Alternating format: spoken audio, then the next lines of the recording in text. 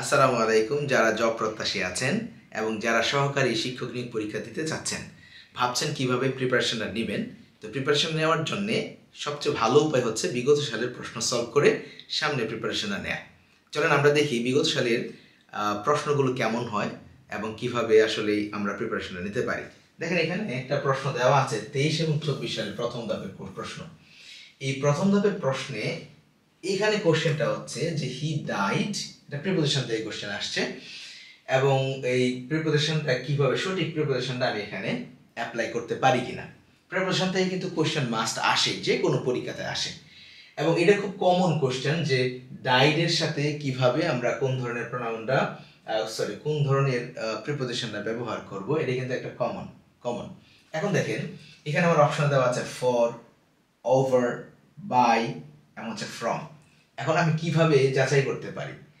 দেখেন আমি যদি এই যে ডাইড যেটা আছে এর সাথে আমি বেশ কয়েকটা প্রিপোজিশন আমি বসাতে পারি, যেমন ডাই বাই বসাতে পারি, তারপর হচ্ছে ডাইড অফ বসাতে পারি, এরপর হচ্ছে ডাইড ফর বসাতে পারি, ডাইড ফ্রম বসাতে পারি। এখন ব্যাপার হচ্ছে এক একটার অর্থ কিন্তু এক এক রকমের। তাহলে একটু দেখি আমরা কিভাবে হয়।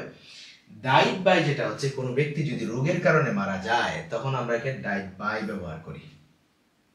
এরপর ডাইড অফ যদি বলি, অফের ক্ষেত্রে যেটা হচ্ছে সাধারণত ভায়োলেন্স বা হচ্ছে কেউ যদি সুইসাইড করে তাহলে সেখানে আমরা অফ ব্যবহার করি।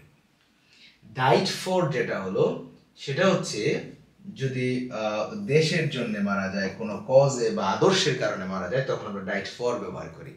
আর ডাইড ফ্রমটা হচ্ছে কোনো আঘাতের কারণে যদি মারা যায় তখন হচ্ছে, বা কোনো ইনজুরি যদি হয় তাহলে ফ্রম হয়।